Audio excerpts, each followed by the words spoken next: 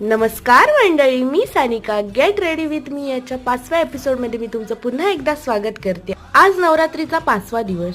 या दिवशी दुर्गेच्या स्कंद माता या रूपाची पूजा केली जाते। भगवान स्कंद म्हणजे कार्तिकेय याची आई असल्यामुळे हिला स्कंद माता म्हटले जाते। तारकासूर राक्षसाने तपश्चर्या करून ब्रह्मदेवांना प्रसन्न केले व त्यांच्याकडून अमर होण्याचा वर मागितला, पण ब्रह्माने सांगितले की जन्माला आलेल्या प्रत्येकाचा मृत्यू हा अटळ आहे। तो निराश झाला व त्याने असा वर मागितला की माझा मृत्यू हा महादेवांच्या पुत्राकडूनच होईल।